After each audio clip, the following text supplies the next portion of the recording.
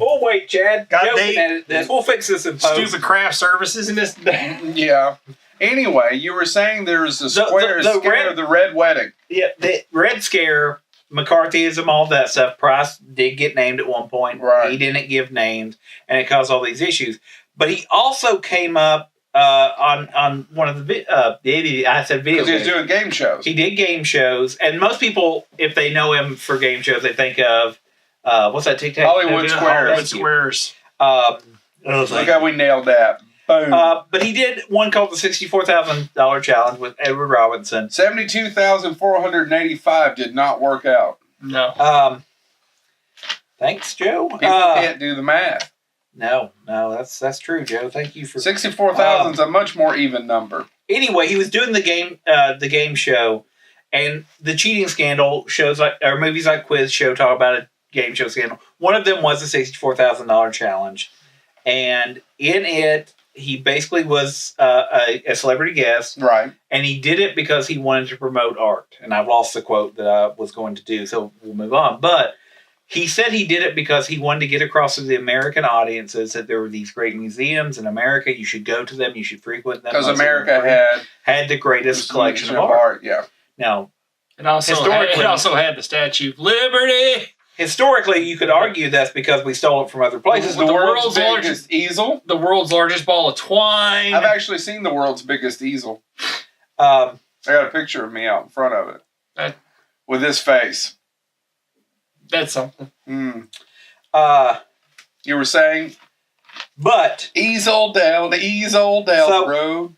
So basically his brush with the HUAC. brush. Oh, God. Because we were talking about art. That wasn't intentional. I didn't paint shit with a brush. His encounter with HUAC, that House Committee on Un-American Activities, started in 1947. That was when the 10. And it named people like Humphrey Bogart, Lauren Bacall, Groucho Marx, Frank Sinatra. All those people had to at least appear. Most of them, the big names, did what they had to do. Yeah.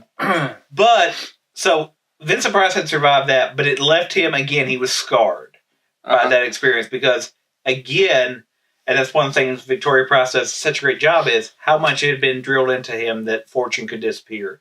And he's concerned that he would never work again. Right. So being on that gray list. But he started doing the game shows, and he did it to promote art.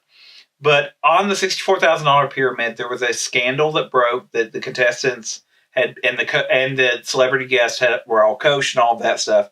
And he wrote a pretty infuriated letter defending himself, saying, I was never coached, none of that ever happened.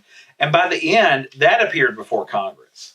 And Vincent Price talking about the use of Congress's time to talk about game shows was silly. He said it much more eloquently. Yeah. But thinking about that, so here's a man that, if you get into that mentality, if you're afraid of the depression coming in, you're afraid you're going to lose everything all the time, and then you've been challenged by the House Un-American Activities Committee, and then on top of that, you did a game show to promote art, something that you're passionate about, and then you're getting investigated for that. So this was a time period where he was feeling attacked on all sides in some ways, and horror is where he landed, and kind of, as the 50s turned into the 60s and things like that, it just became that much more of a connection. And he never stopped working because the 60s start right around the late 50s, early 60s. He met up and started making movies with a guy named Roger Corman for a little upstart company called AIP, American International Pictures. Yep.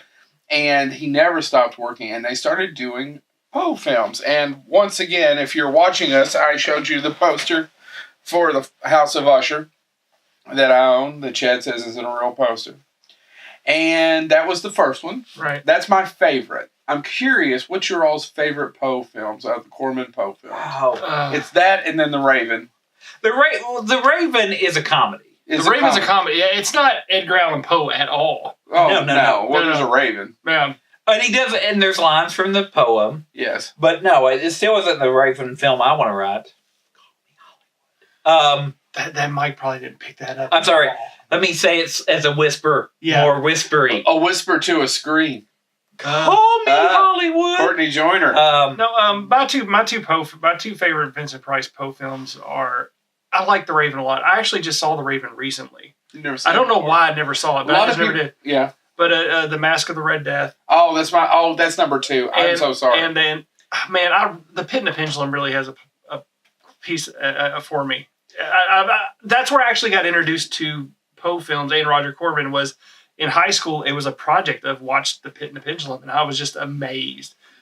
That's where I had learned about it. Was probably right around late grade school and high school. We watched them when we started talking about Poe. I mean, I was already a fan of Vincent Price. I've been a Vincent Price fan since I was a kid. For God's sakes. But what I was going to tell you is you're right about The Mask. And actually, I don't know why I didn't say that. Probably is number 2, and number 3 is probably The Raven. Yeah. But The Mask of the Red Death is because it is such a bizarre movie. And it's different for me than it is the other Poe films in the sense of, or the other Corman Poe films. I mean, it's about devil worship.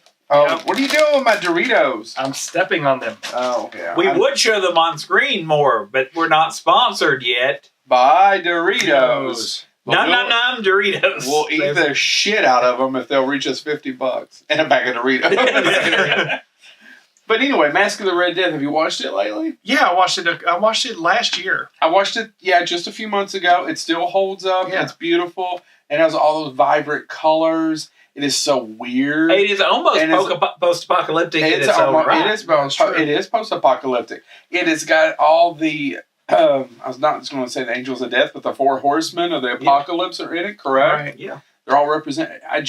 It's so different than the rest of them. Right. And arguably, Pit and the Pendulum was pretty close, but for stretching a short story into a movie, it stays pretty close to the spirit. I haven't read it in a long time. The Mask of the Red Death, and if you... Some people argue that if you tried to build the way the Mask of the Red Death, the castle was designed in the story... I've heard people say you couldn't build it if you tried. I don't know if that's true. I'm not debating those people. Don't spam me or anything. But, it's this idea of... So basically the plot to The Mask of the Red Death, both the movie and the play, is Prospero, Prince Prospero, is wealthy and blah, blah, blah, blah. And prosperous, you might say. And there's a plague that breaks out. And Sam Raimi took that right out of Hercules, too. So. And he basically, the way he addresses it is he locks himself in his castle with everybody he needs.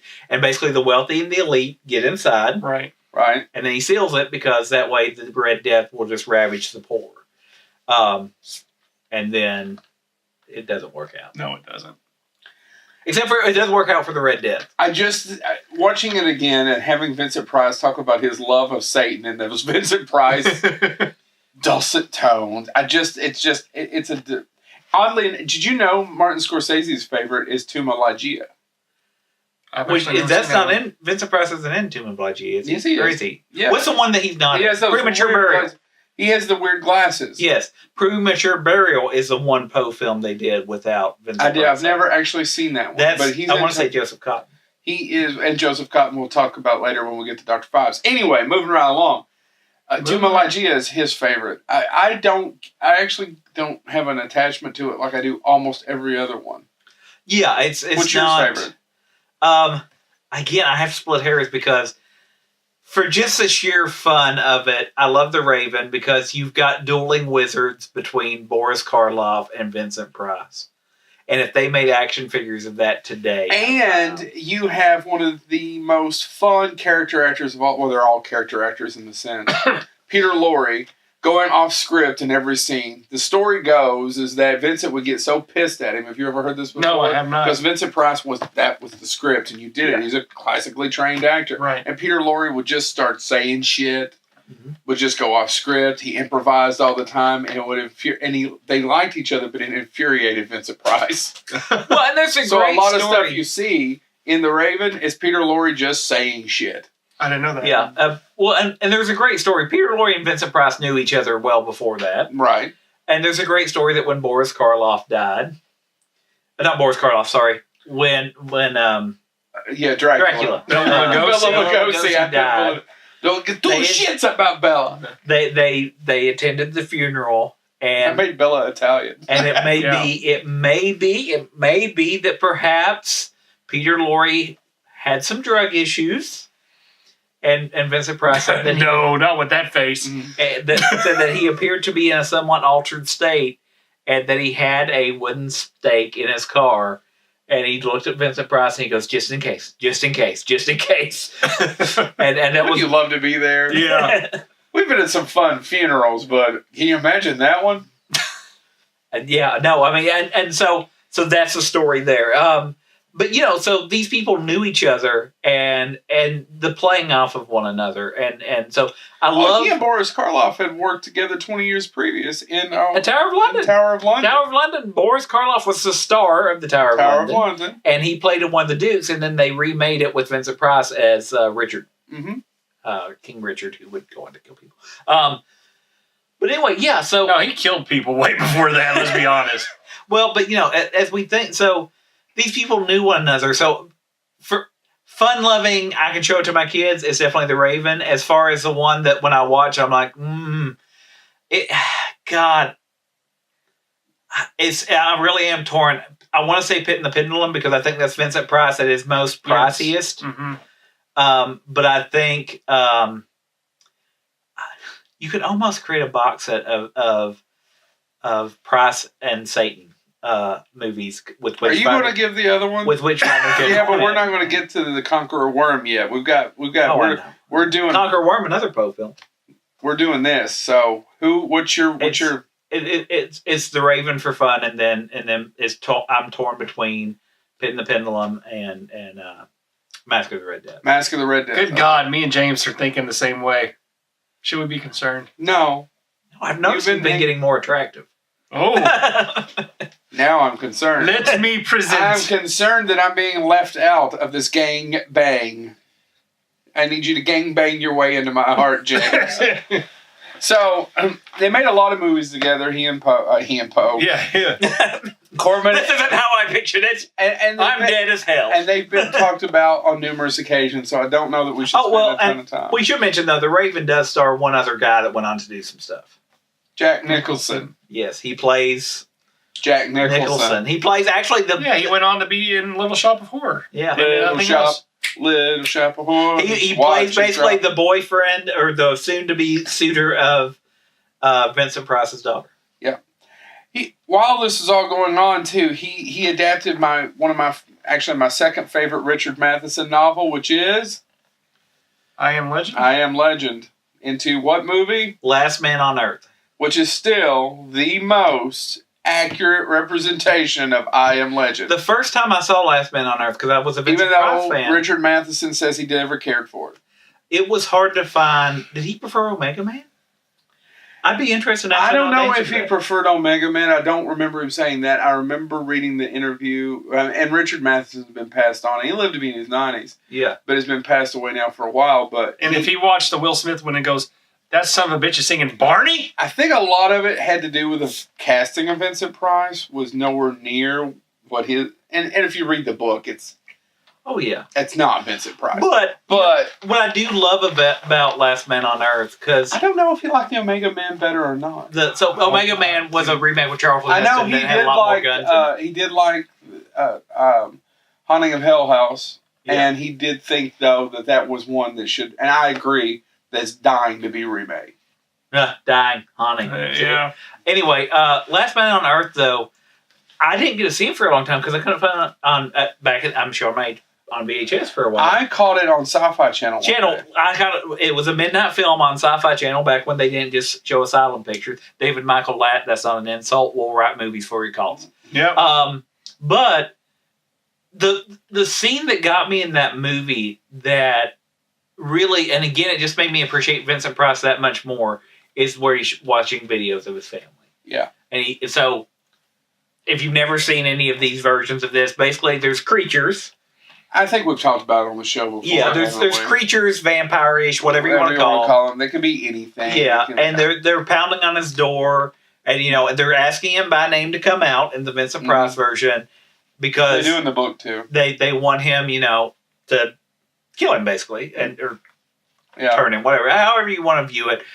And what he does at night is he boards himself in his room, and in the Vincent Price version, he watches old videos of his daughter and his wife who are dead. Mm-hmm. And there's a scene where his daughter does something funny in the video and he starts to laugh and then he breaks and he cries and he throws stuff. And I was like, that scene. Yeah. Because I think about how we deal with loss and stuff like that, and he doesn't have anybody to talk to anymore. And it just turns from humor to rage, to sadness to rage. And he keeps going. And it affected me. I really did. It was one of those movies where I'm like, this is Vincent Price. I want to talk about The Witchfinder General because now we're getting into that time. And later on, he would say it's directed by Matthew Hopkins. Later on, he would say that that's his best role or favorite role, James. I think it's his favorite role of that time period. Because again, like many, many actors, his favorite role sometimes changed. And there's two examples that I'm going to give that come up later. That he said at different times were his favorite, and it's not that one. Okay. And he would also say certain films were his favorites, and certain films gave him immortality. Mm-hmm. And that's so I'll talk about that more. And later. That's two different answers. Yeah. And so there's two or three that he talk about as being his favorite role, and a lot of times his favorite role was he would say things that let him be devilish, or let him be something that he couldn't be. Well, the Witchfinder General, which also is known as a Conqueror Worm, is probably the most nefarious individual he ever played. Yes. Yeah. Right? If you can forgive that and character. Also one of the world's worst wigs. Yeah. Hey, listen, they were doing stuff. And that's actually a Puritan. Yeah, and this is actually based. This thing actually happened. Yes, it's based somewhat semi on a true story. He played a Puritan. What's his name? What's the character's name? Oh. And he's basically killing people claiming that they're witches. Yeah. Right. I'm trying to get the simplest plot away. I would say my thing is lagged. Sorry.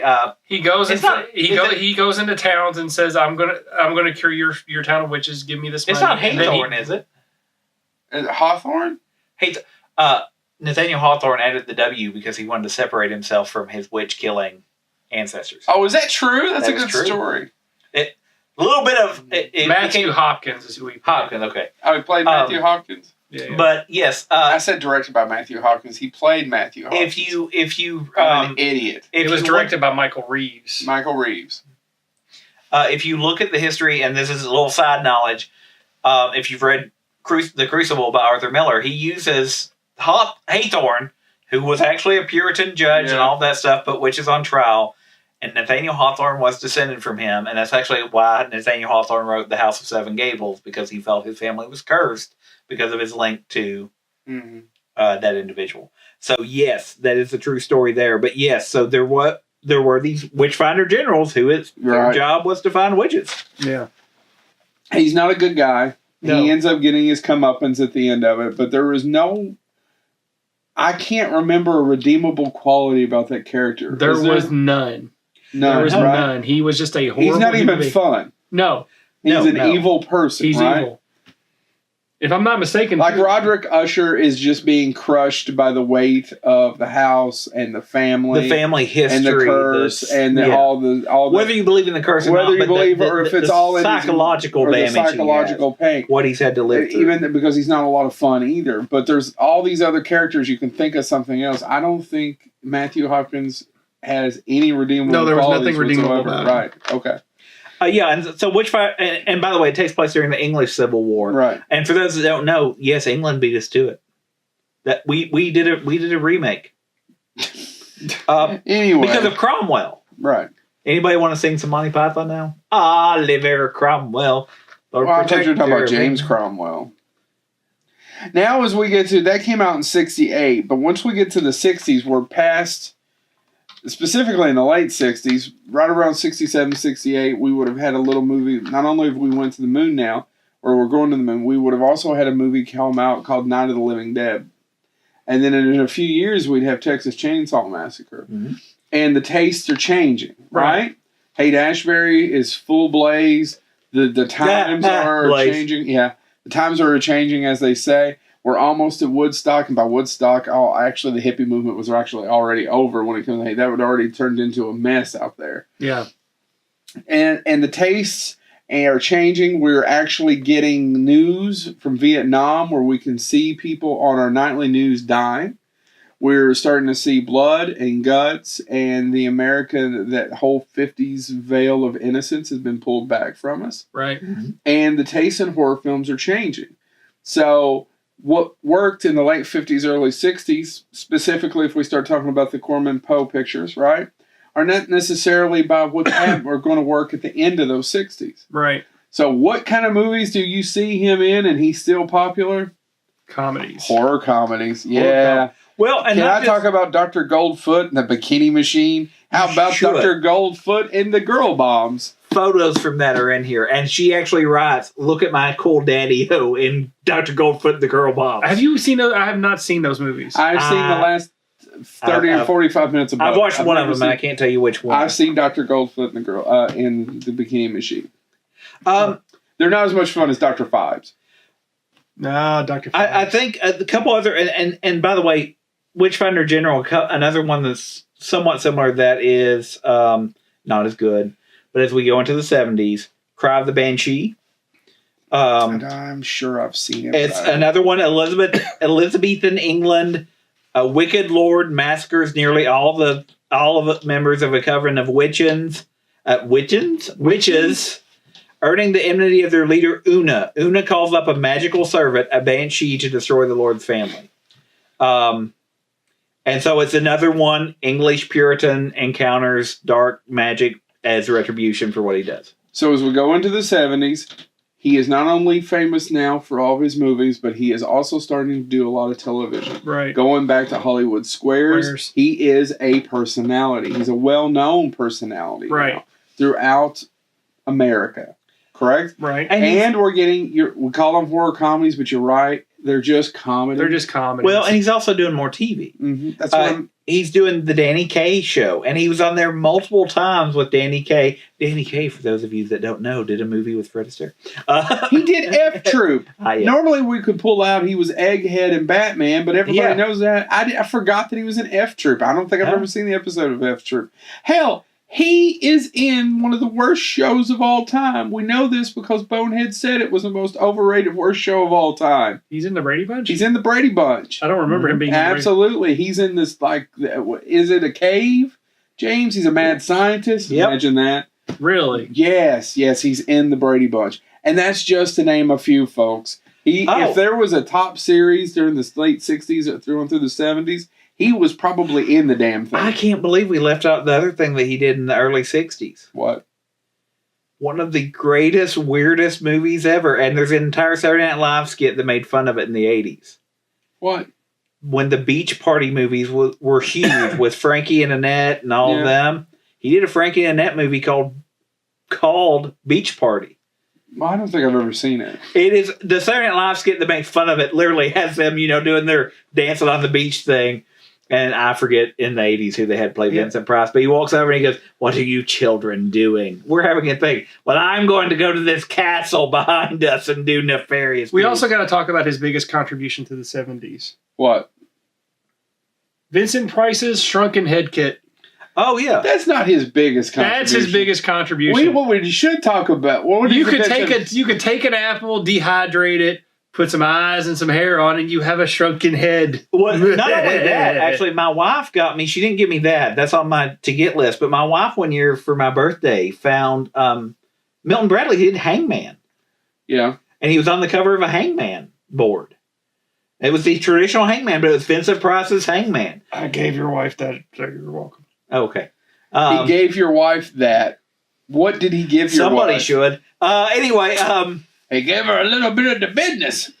And business was fair to middling. Business was fair to middling. Finish up with this so we can take a short recess. Well, I wanted to say, so as we're in the 70s. Play on the monkey bars.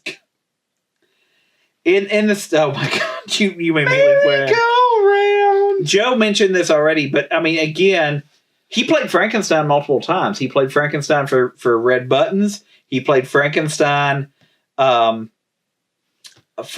all these different shows. Oh my God, James! And by the way, Joe, he was not only in the Brady Bunch once; he was in it twice. I was in Mrs. Brady twice. He played Professor Hubert Whitehead. Huh. Joe's right. He lived in a tiki cave. Yeah, I told you, dude. In the tiki cave. And on that note, who wants We'll to take a push break. pause? And we're back. We have the combination of the air shield. Do you have to eat chips while we're doing this? The audio from the audience that listens to the audio are going to love this. That makes no sense. Mick right now is pulling his eye hairs out. I didn't know you were going to hit record. What did you think we were going to do? Sit here and talk without taping? 1971 saw him do the Easter classic, Here Comes Peter Cottontail, where he played January Q Irontail. So, have you guys ever seen Dr. Fives? Yes, I own it. Do you like it? No. Really? Mm-mm. I like Dr. Fives. Dr. Fives had that great slogan. And it has Joseph Cotton in It it. has that great slogan, love means never having to say you're ugly. I'm sorry. I thought it was boring. Of course you did. I'm What sorry. about the sequel? I'm sorry. He rose. I know. Just because it doesn't have fart jokes every 5 minutes. Joseph Hey, I'm Cotton was sorry. above that. He only did penis jokes. If they didn't have that 10-minute bean eating scene in Pin the Pendulum, I probably wouldn't have liked it as much. Well, they wanted to see what would happen as they cut them, if the farts would come out louder or softer. I've agreed with everything you all have said. I'm the one disagreement. I'm an asshole. Well, no, you're an asshole, whether you agreed or disagreed. What about Theatre of Blood? I wanted to talk about Theater of Blood. This is true. I took a Shakespeare class with a great, hostage. a 5 great, days later, he great let them out of the professor. hole. Dr. Miller, who oddly enough is an expert on Chaucer and they had him teaching Shakespeare. And he said, I've never heard of that movie. And I was like, oh, Vincent Price. And I was like, he uses Titus Andronicus for one of the kill scenes because I love Titus Andronicus. You want to marry it? I mean, it's a play, Joe. That's not legal in this state. Once again, keeping the white man down. Keep going. But basically, the plot to Theater of Blood, it stars Diana Rigg. You may know her. It's the old lady from Game of Thrones. The Avengers. Actually, most people watching this know her as the old lady from Game of Thrones. It's sad. I know her from the Avengers in leather. Oh. Yeah. Anyway, she plays Vincent Price's daughter. She's the mom, right? Yes. The grandmother. Yes. And right? Yeah. Yeah. That. Spoiler. She has a great line in it. Yeah. She's fantastic. But yes. He plays an actor who he feels never gets the respect he deserves. So he attempts to kill himself, throws himself out of a building because of bad reviews. He washes up among the bums and the homeless, and is basically crowned their king, and then starts to decide that he will kill people using Shakespeare as a model. Right. And that's the plot of the film. You gonna shit on this one too, Chad? I've actually never seen it. So It is. I think that's worse. You're worse than devil. You're devil, Chad. It is a Super devil, Chad. Is he saying devil? It sounds like he's saying devil. D-bot. D-bot box. It is a movie. It is a B movie. And it has is kind Vincent of Price cheesy, in it. But it's Vincent Price at doing some great fun stuff. To me, it is in a category with Monster Club. Yes. James. Go ahead. Don't you besmirch Monster Club. Go ahead. That's one of the best. That's one. You're of the not going to best say shit about the House of Long Shadows, are you? No. Keep going. I'm just saying. No, I'm still reeling from him doing. Oh my God! Did you know while you were reeling over there and catching the fish or whatever it is you do as you reel, he did his own version of Monster Mash? I don't think I've ever heard it. I play it every.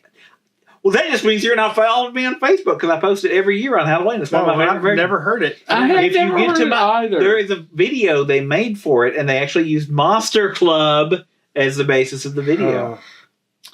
I'm sorry, I didn't like Monster Club either.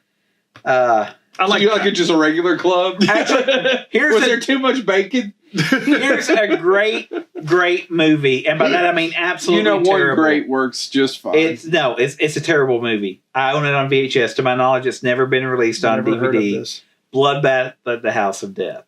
I've heard of it, but I've never seen it. It was made Ray Cameron. It stars Kenny Everett, who was a radio personality in England, I guess. Wanted to make a movie, and he built it into his contract. They had to let him make a movie. There's parts of it that aren't funny, but basically Vincent Price plays this satanic cult leader, and he has all these followers, and it's got weird death scenes where somebody gets attacked by a possessed toaster and all this stuff. And there's even bad 1980. This I was going to say Leroy Brown. There's horrible gay jokes in it. You keep doing a lot of redundancies in these. Horrible, great, Vincent Price is reading at one point from an ancient devil book. Yeah. And he goes, Super Devil Chad. Close, yeah. You must gather together, and uses the term for a pile of sticks in the historical sense. And one of the cult members goes, the F word. Yeah. The other one. I don't think we're allowed to gather them up like that, sir. I mean, sorry. It's bad jokes like that. It's not a great film. But it's one where you sit there, and Vincent Price may have worked on it for 3 days because he basically bookends it, and he's in it a couple different times. But anytime he's on screen, it's the best part of the movie as the cult leader, because he's dealing. It's almost came out in '84, but it's almost like the Spaceball scene. How many a-holes do we have on this ship? Yo, it's like that. That's how he plays it as a cult, and they're all idiots. And he's I was the actually only one. quoting this back and forth with Melissa Nicholson last night on social media.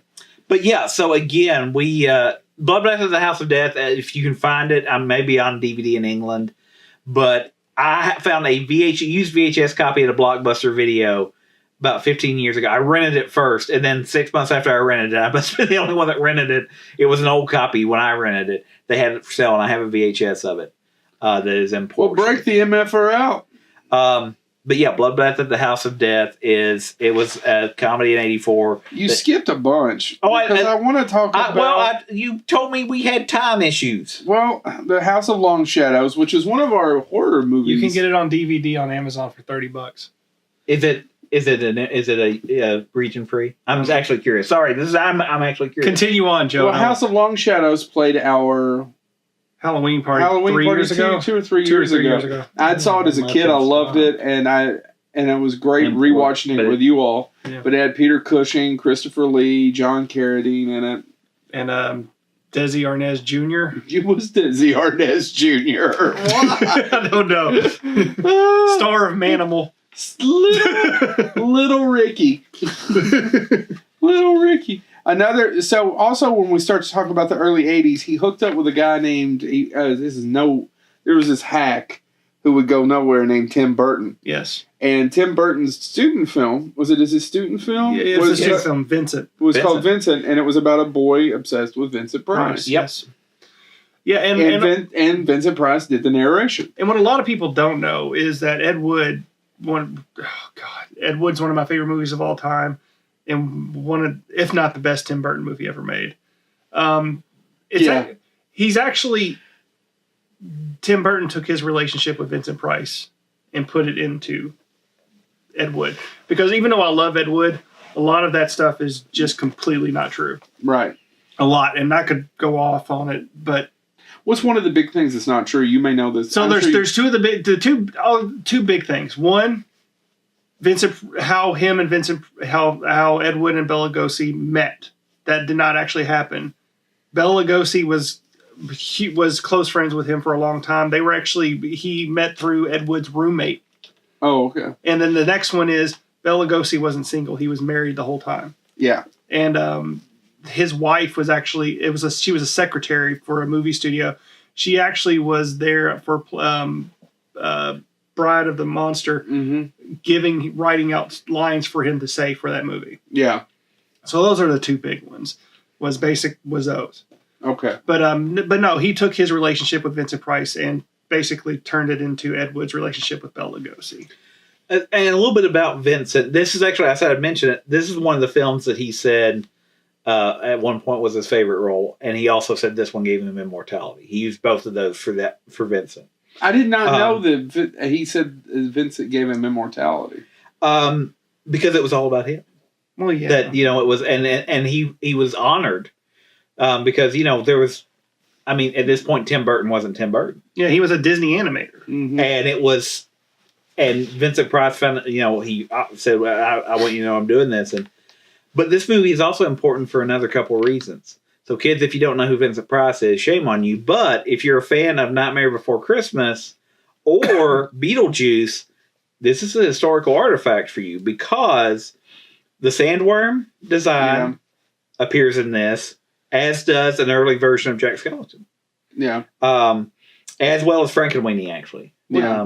Frankenweenie he would make later in 1984, but there's an appearance of Frankenweenie in this as well. And then in the claymation version of Frankenweenie, I think the teacher is actually designed off of Vincent Price.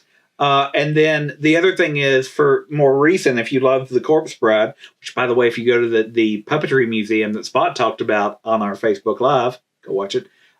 They have those on display there. They're actual animatronics. But there's a throwaway reference to Vincent because the corpse husband, the character, Victor, at one point, Phineas Everglot refers to him as, "Hey, Victor," or "Hey, Vincent," and then says, "Oh, sorry, I've mistaken you for someone else," or something like that. It's an allusion to the fact that they use the same head shape. So was Tim Burton went on record before saying that that's his love letter to Vincent Price? I believe so, yeah. Yeah. And that makes sense. Mm-hmm. It does. It makes a lot of sense. And it's a short film, and you should be able to find it online, but it is also, if you have the 2003 special edition DVD release of Nightmare Before Christmas, it's a bonus on that. It's a bonus, yeah. And then, of course, his last movie was Edward Scissorhands, if I'm not mistaken. I don't think his last movie... It wasn't his last. I think it was... I know that they had to cut... There were more scenes. Yeah. But it was hard for him because he was suffering from emphysema. He was a lifelong smoker. And he had Parkinson's. And he also had Parkinson's, so he was not... I'm not trying to be crude, but he was going downhill fast the last few years of his life. His health was waning. Yeah, he was in his early 80s at that time. And he had multiple health issues, and I think that what I read, and I don't know how accurate this is, please Tim Burton come on the show and tell me. I don't know if I can handle that. Or just send us a letter. Well, no, Tim Burton's iconic to me. We could talk to him. I know we could, but I'd be sitting here most of the time going, So, anyway, him and Kevin Smith. Come on, argue with us. But I know that they had to cut his scene short. Right. So I don't know what was also planned to be in the movie that they were never able to shoot. Right, and I would love to have seen that. Yeah, because and he doesn't have a speaking role. No, he does have a speaking. He does speak. Yeah, he talks to him. A lot of it is just visuals. There's very few speaking roles of it, but yes. So I've got go ahead. The other one he said that gave him immortality, and it has a special place in my heart. Is The Great Mouse Detective. Well, that was my next one. I was going to say, James, you want to talk about Radigan? Because and by the way, Disney, if you have an intern that has to listen for any time you're mentioned, make more Great Mouse Detective gear. I will buy it. I will. I've got, years ago when they re-released it to theater, I got the Radigan plush. And when they did something at the House of the Mouse, the directed villains take over the House of the Mouse. I forget what it's called. But Radigan appears, but never. I think he's in the background. Well, it's not a huge Disney movie. No, but it's based on a series of books. Yeah. Which I've started to get for my kids. But Vincent Price, I mean, I'll be honest. Vincent Price is the best part of the movie. It is. Absolutely. Because he is just great. I mean, here he is again. Good, great, amazing. No, it is. Aren't adverbs the things that are going to kill us? The song that he does. So, if you've never seen The Great Mouse Detective, it is one of my favorite Disney movies because of Vincent Price. But he has Basil, who is the Great Mouse Detective. He's Sherlock Holmes for mice. He has him and Watson tied down. Literally, they're going to die. And even Basil at this point has admitted defeat. It turns around, don't worry. It's not Disney Thanks for giving it away. What an asshole. But he says, I can't stay to watch you die, so I'm going to, but I wanted to let you go out with a song. And he records this entire song, Goodbye, Farewell, and mocking him for not being as smart as he is. And it is... I don't feel like you're doing this movie justice. Well, he plays a rat, and he hates being called a rat because mice control this world. Right. And there's just he's just a great villain. I mean, it's no Black Cauldron.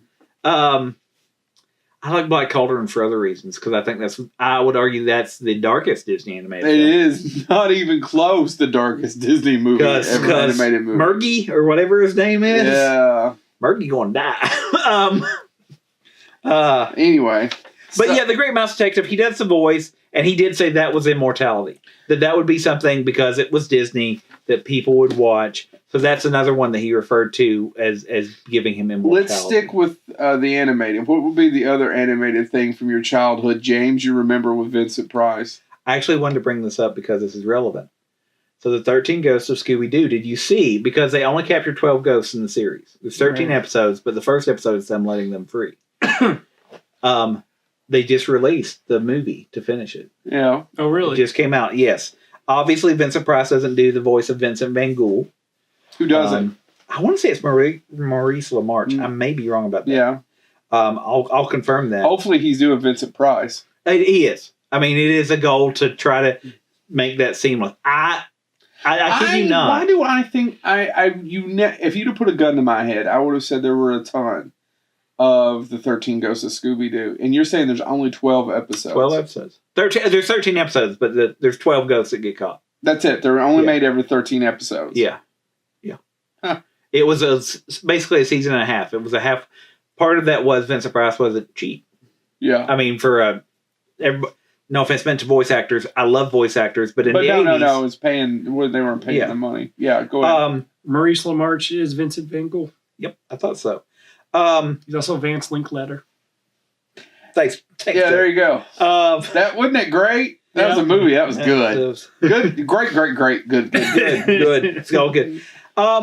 But yeah, so they did finish that. But yes, Vincent Van Gogh, and that's why I love 13 Ghosts of Scooby-Doo. I never was a big Scooby-Doo fan as a kid. Neither I was a big Scooby-Doo fan. But when they did the 13 Ghosts of Scooby-Doo, and it was actual ghosts, so you had the Ghostbusters thing going on in my head, and you had Shaggy, and for some reason, I don't know why, Velma and Fred took a walk and then they come back. It was Daphne, Shaggy, Grappy, and Scooby. Grappy. It was like a grapple? Yes. Scrapples. Scrapple. But anyway, yes. So hashtag liver mush. And they added Flim Flam, the street smart kid of actually he's supposed to be Hispanic because that was what the studio told them they needed was more Hispanic kids.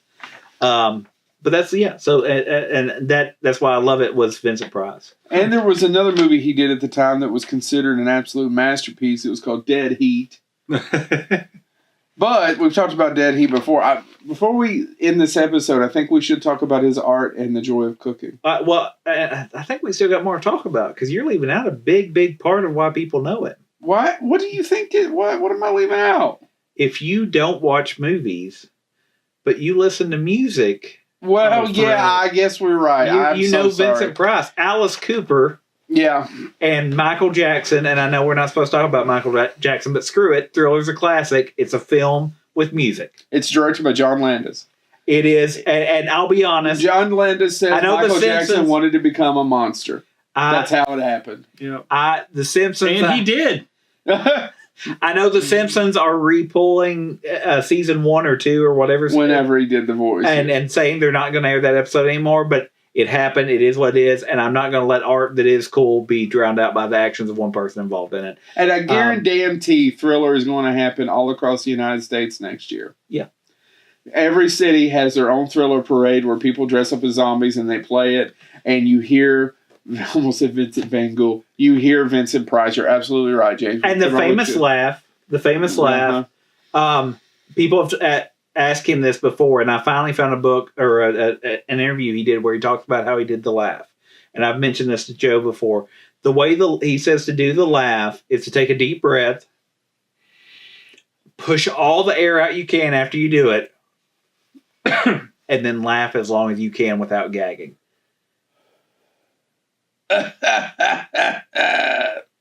I can't do it as long as Vincent Price can, obviously. But I have allergy issues right now. Yeah, I was going to say, I'm not going to try to do it, but... I did. And you failed miserably. I failed upwards. But... Ooh, somebody doesn't know the law of gravity. Oh my God, you're setting Quick, throw an apple on his head. No, he's going to do a Silence of the Hams, Joe. Oh, jeez. Could see it coming from a mile away. Son of a bitch. But... That being said, so Vince, probably Thriller is what he's most known for, but Alice. You think so? Music-wise? Yeah. Well, music-wise, of course. Alice Cooper though, is what I know him more for. Why? The voice of the Nightmare and the Black Widow, the narration for the Black Widow, and all of that stuff. I know him more. Yeah, but I don't think that is as culturally relevant, though. It's not as well known, no. But I mean, if you ask me to talk about Vincent Price and music, I think partially because I was exposed to Alice. Growing up, There's a lot of pauses here. I'm trying to word this correctly. I had friends that were older that were into Guns N' Roses and stuff. I thought he was going to say Guns. And they were more likely to play Alice Cooper. Yeah. Because at my house, we had both types of music, country and western. And so I heard probably Vincent Price through Alice Cooper first. So again, it's a me thing. Yeah, but honestly, I don't. In terms of immortality, I think Vincent Price will always be associated with Thriller, and that's one of the reasons. Like with the scandal that it isn't anything new. It's been around. Oh my god, that's the thing that always. But we're not going to cover into it. But if something does happen and that song is wiped from existence because of that.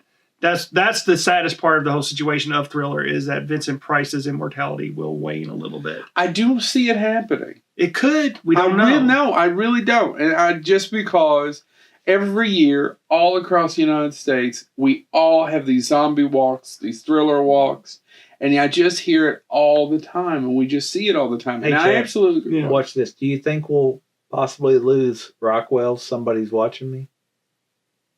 No. Because he did part of that, Oh, yeah, that's true. I mean, not Vincent Price. Okay. No, I don't. Just like the Cosby Show hasn't died out yet either. No. Well, and again, it's separate the art from the artist, and that can be really, really hard. But I think there's something to the gestalt of that video that goes beyond Michael Jackson. Absolutely, and it's probably one of the things John Landis will go down in time with as well. Yeah. John Landis will go down in time with probably Animal House, American Werewolf in London, and Thriller. And it's probably one of the things that's added to because John Landis only ever directed 2 horror films, technically. Yeah. That I think he's lumped into it not only because of American Werewolf in London, but also because of Thriller, because nobody really ever brings up Innocent Blood. Although you should go out and watch Innocent Blood. It's one of my favorite John Landis Vincent films. Price appeared with Alice Cooper in 3 TV movies that were done to promote where Alice Cooper did his songs. First one is The Nightmare, probably the most famous. The second one, though, I've never seen any of those. Nope. You really have never seen No. them? Vincent Price is in it as he plays the spirit of the nightmare. I mean, basically, it's Alice Cooper is Alice Cooper, but he's dreaming that he's a kid. And Vincent Price, as the spirit of the nightmare, is pretty powerful and taunting and cruel. In Welcome to My Nightmare, Vincent Price is the voice of the spider. And then much later, The Strange Case of Alice Cooper, 4 years later, he is the narrator. Okay. So if you're an Alice Cooper fan and you want to see music videos that are closer to Thriller in that they tell a story, he performed them and Vincent Price did narration or was an actor in them. And it's definitely check out him as the spirit of the nightmare because it is very, very, I mean, it's 70s TV production. Right. But it is dark enough. Save Santa. It is dark enough to actually be, worth your time. All right. What other movies do we need to talk about before we move on to the... I want to bring up one other musical record LP type. Okay. And the reason I want to bring it up is because I think it is actually one of the coolest things that I'm thinking about getting a copy for my daughter because she loves to act. He did a co-star record. And for those that don't know, there were some actors that got together in the late 70s and did acting things.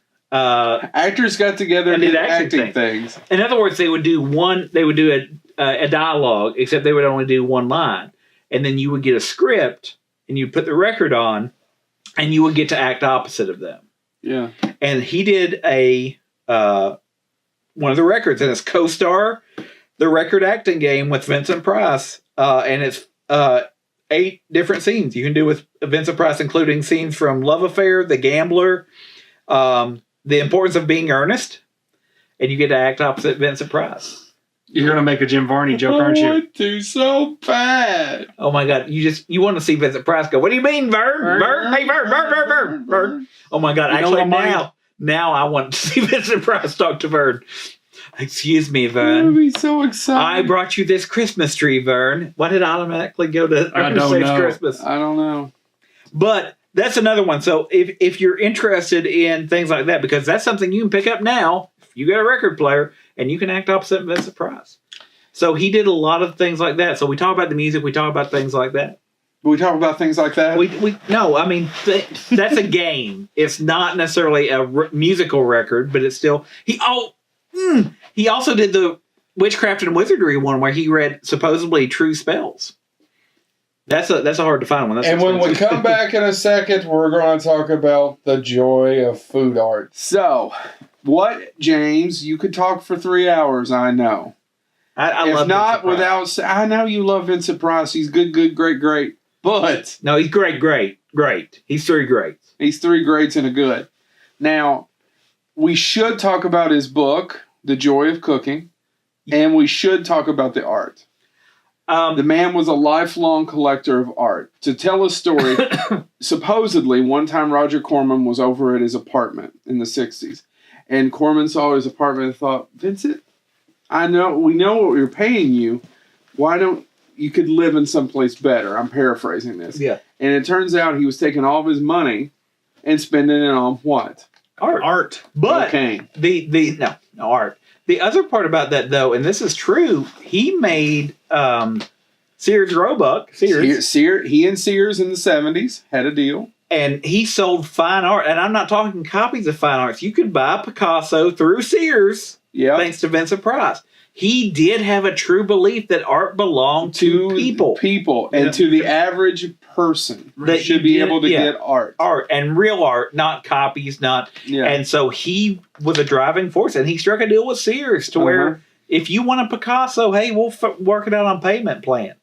Yeah. And so, again, I use Picasso because that was one of them, actually. Yeah. But you could buy true, legitimate art. It was fascinating when I was researching it because I knew about it, but I don't know that I knew about it. Let me see if I can rephrase that because I wasn't very eloquent.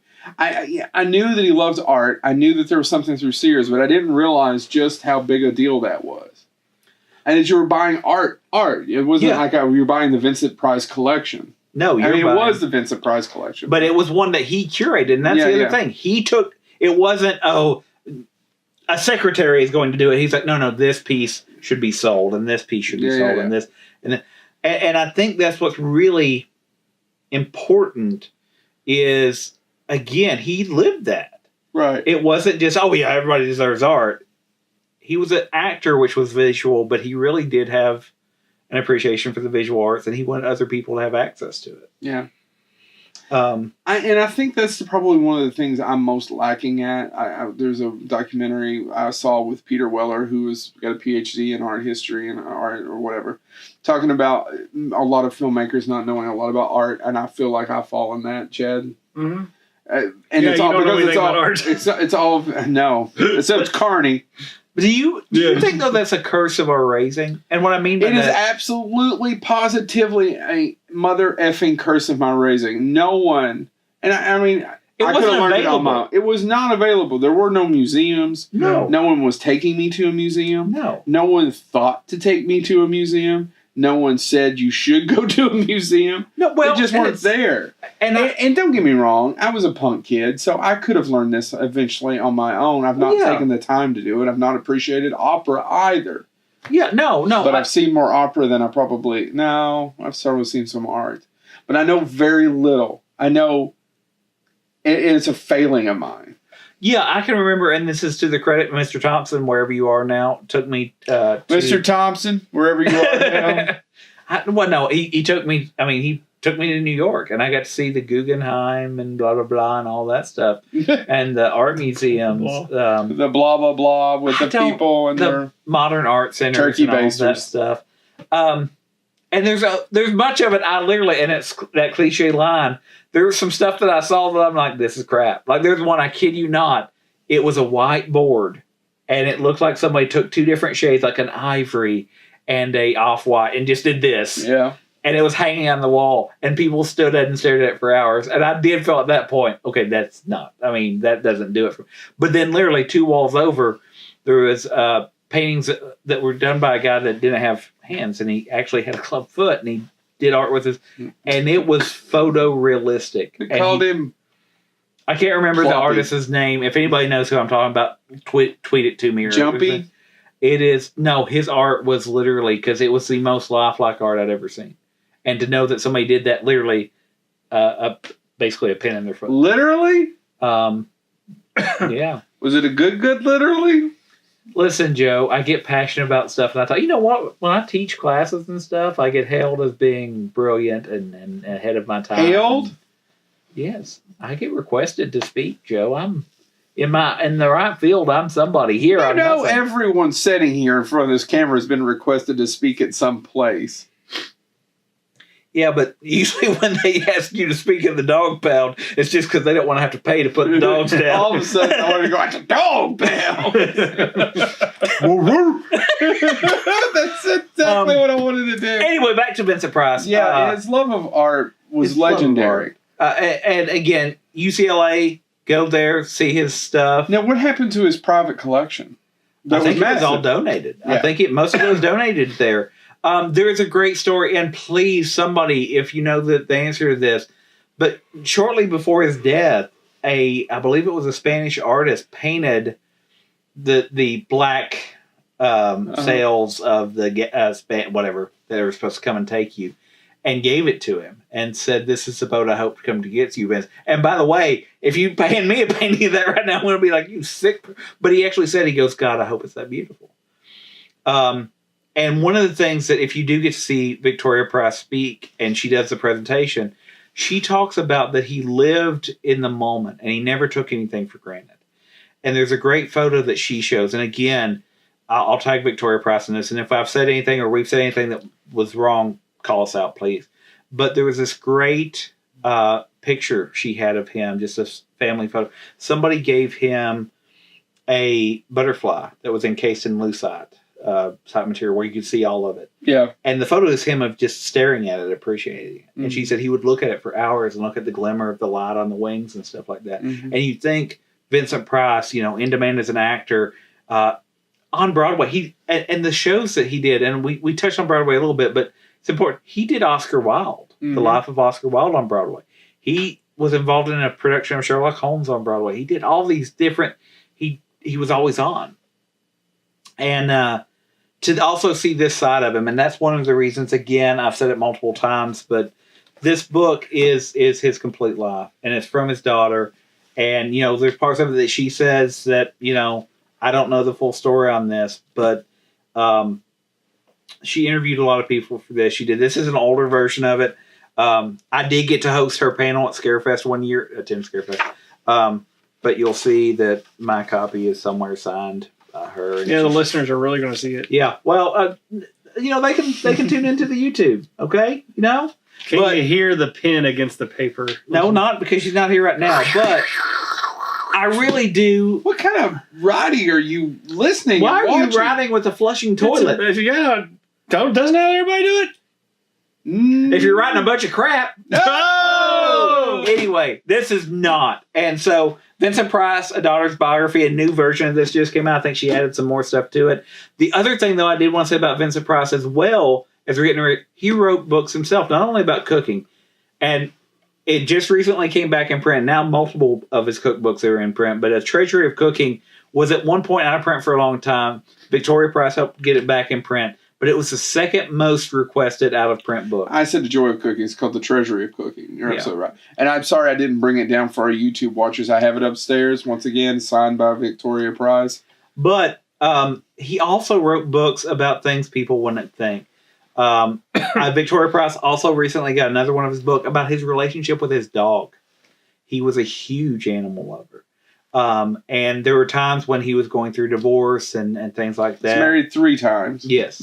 And by the way, again, Victoria Price, I don't think I'm giving too much away. She was not crazy about his third wife. He actually died before he did. I didn't realize that.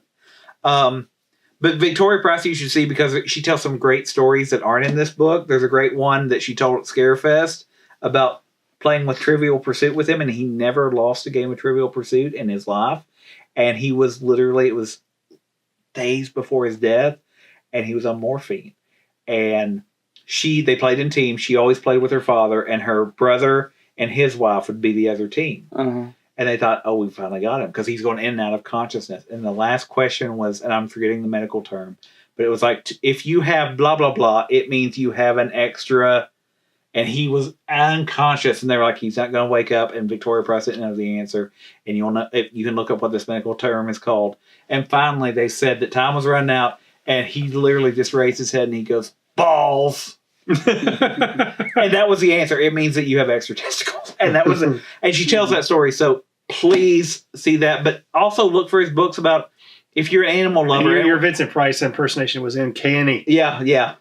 When you use the word uncanny, do you mean it to be sarcastic? Oh, good. Continue.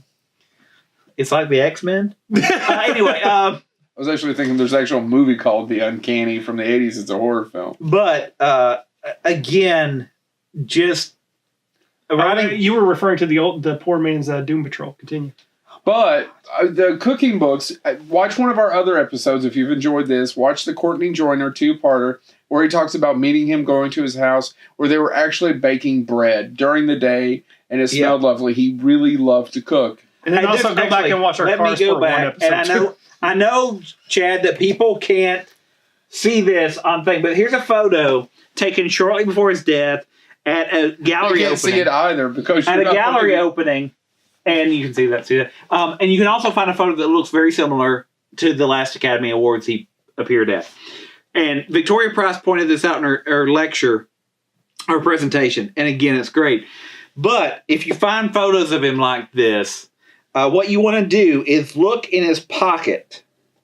And it's hard to see because it's black and white. But in his pocket, there's plastic forks. And he would go around at award show and everything and taste food in the background. And so he always kept plastic forks in his pocket. And Vincent Price is a man with the same taste as us. Except you wouldn't use plastic forks. You would just go with bare bottom. Bare bottom? Yeah, that too. I'm going bare bottom to the Oscars this year. Oh, B.B. Lewis. But put on your pants, fat ass. He loved food. He loved food. And she said, they would be at events that were very, hoity-toity. And he would literally just wait till nobody's looking, pull out a plastic fork, and do this. And eat it real quick. Because he wanted to try the food. He wanted to savor the moment.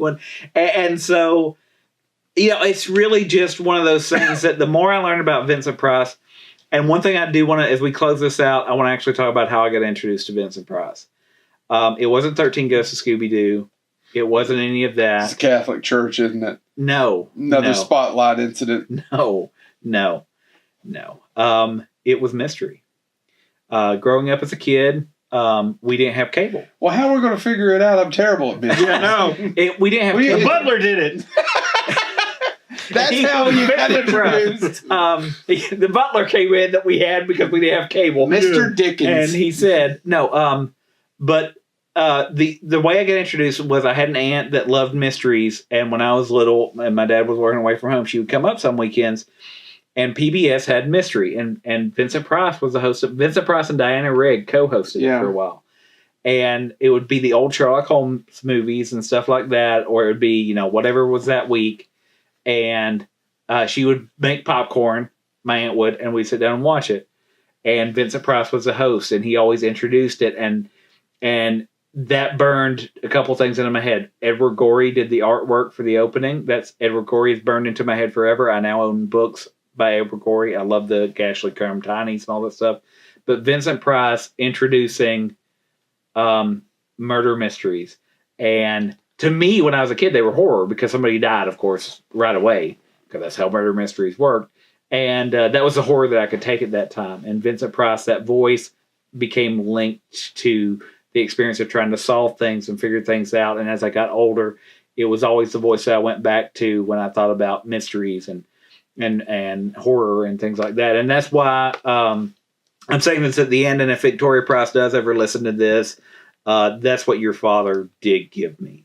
And that's what Vincent Price really does mean to me. And that's why I will defend 13 Ghosts of Scooby-Doo is the best Scooby-Doo ever.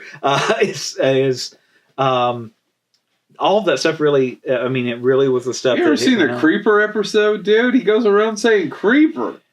Yeah, the Chumbawamba episode. Chumbawamba. That's what they had the name of the band. Was Scooby-Doo. Anyway. But Vincent Price is get knocked down. I get up again. I have a question for you all though. Yeah. And I actually was saying about it. This is how I wanted to end the Vincent Price episode, if we make it to. It's getting long. Vincent Price. I tuned out. Vincent Price, as far as modern day people that you think could do a Vincent Price impersonation, who are some of your favorite ones? Maurice LaMarche, I have to assume. There's only one. Who? Go ahead, because I'm trying to pull his name. Vincent Price impersonation, man. I don't know if I can. There's only one. Sorry, give me 1 second. Do you have one? One of my favorite impersonations, and I never would have guessed it in 1,000 years because now he's more known for doing Dr. Zaius. But Dana Gould does one of the, I believe it's Dana Gould, the album is Funhouse. He does an entire skit about Vincent Price, and it begins with, I'd like to hear that. Vincent Price is my favorite everything, is how the line starts. And immediately I was like, I gotta listen to this because that's true for me. And he goes, and what's funny about, and he goes on to a thing about how you can imagine Vincent Price at one point had to be dating. And he does this entire routine about, Dana Gould does a good JFK too. I'm going to go hit on these chicks and all this stuff. And then he goes over and he pretends to get rejected. And then he goes, look at me. They did this to my face. They did this. You're all doing Jello shots or I'll kill you. And it's perfectly done. See, Courtney Joyner, the writer who's been on our episode, Not Trying to Kiss His Ass, does a really good one. No, that was I was there. But my favorite one is Bill Hader. I was going to say. There's a great. It's a Saturday Night Live episode. It's Vincent Price's party. It's Vincent Price's Halloween. They've done a couple. And Bill Hader Price's does a Christmas party. Bill Hader does a pretty good Vincent Price. And you know what? I actually and Bill Hader should be the guy that plays Roger Corman. Yeah. The other one that, and I know Jeffrey Rush says he wasn't doing Vincent Price. He was doing Capote in House on Capote? I thought he was playing. No. It's not Capote. He was doing shit. It was not Capote. He was John Waters. John Waters. It's just his John Waters comes off as Vincent Price. But yes, if you've never heard Dana Gould, it's on his album Funhouse. Dana Gould wrote for The Simpsons and he's been on Play and all that. Did you think of one? I don't have one. Bill Hader. I mean, while you all were talking, I was looking up. Apparently, Dan Aykroyd and Michael McKean did Vincent Price impersonations as well. Mm-hmm. Lots of people have done them, but I've never heard Dana Gould's, but I will check that out now. But yeah, so again, and I think that's something that Bill Hader was on Saturday Night Live. How long had Vincent Price been dead? 20 years. That's what I'm saying. And so he's a cultural icon. Yeah. And that's actually the question I wanted to start the episode with, and we kind of screwed it up, is why. And I don't know that there's a rhyme or reason other than he is a cultural icon. He's a pop culture icon. And he's right up there with Frankenstein when we talked about our Frankenstein and it's probably to do a lot with Thriller. Yeah. And that's what I was about to say. I think that's the reason why. It's because it doesn't matter what you're into. If you're into high art or pop culture, high art, low art, it doesn't matter. Vincent Price did something for you. Yes, I agree with that. If you're an art critic, he's got books. Mm-hmm. If you love to cook and you're a high-scale chef, you can pick up that cookbook. If you're a beginner cook, you can pick up that cookbook. Yeah. If you're into cartoons, he did tons of them. If you're into stop-motion animation, that Peter Cottontail that was done by Rankin and Bass, where he plays Irontail, if you're a fan of Tim Burton, pretty much Tim Burton's career was inspired by Vincent Price. And so I think that's what he did. And that's why, much like with Frankenstein, as a fictional character, but it's been an opera, it's been a play, it's been wherever you are in the cultural zeitgeist, it's there for you. Yeah. And Vincent Price did the same thing. And I'm saying that sincerely, I really do think that's why Vincent Price, I admire him still. It's why I have that quote that I did get off of Victoria Price, and why I do have that poster on my wall. I want students to get the same message because I teach higher ed, but I'm not just interested in higher ed. And I think if you get nothing else out of this episode, I'm being sincere and heartfelt, and y'all can mock me in a minute, but I think I'm too tired. I really think that's what Vincent... Hold on, I'll give it a shot. He'll rally. But I think... Start doing the Asshole. You need to do the James Brown where they come up and put it. No, that's what I said. Elvis, and I meant James Brown. I am. There But- ain't no way he's getting up off his knees. Man. The Continue knees on. are okay. This hip. But I think that's the message that Vincent Price left us. That whatever your thing is, On my machine. with whatever Joe, did you pick up the dry cleaning? whatever your strength is, that's fine, and you can do that. He was a great actor, but that's not all you are. No, there's more to you than your career. I thought he was going to say there's more to you than meets the eye. I'm not a transformer. I'll never be a transformer. No. I'm a transmorpher. You On are, a good you day. are a dump truck. He's got dumps like a truck. What? Anyway, but no, and that's Vincent Price. Like I said, Criticize Um, fucking seal. he what? Not even the talented singing kind. Anyway, Christmas rose from a whatever my ass. but that's what I've got to say about Vincent Price, and that's why he's still. I will buy other books. I will see Victoria sure? Price You'll eventually buy some more books. about Vincent Price in a heartbeat. I will. I'm buying. There was a heartbeat. I'm buying his book about his dog, Picking his nose, from which I think across was the named room. Joe.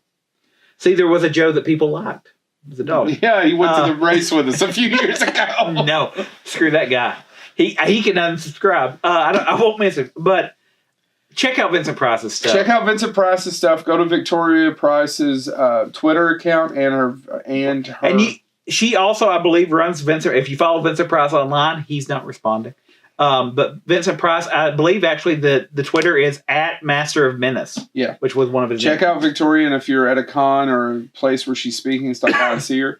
As far as the rest of it, thank you so much for tuning in to Bonehead.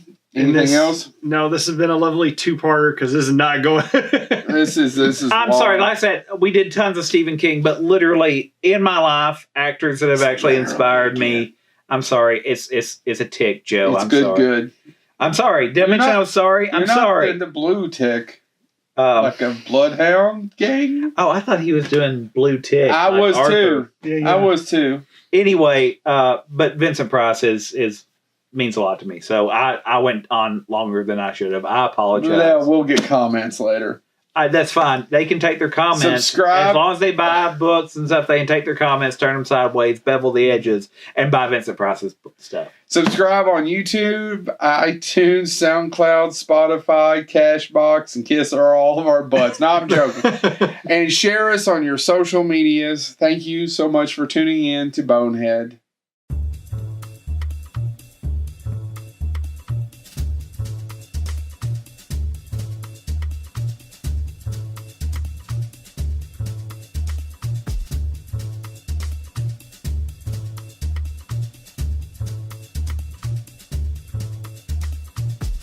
Uh-huh.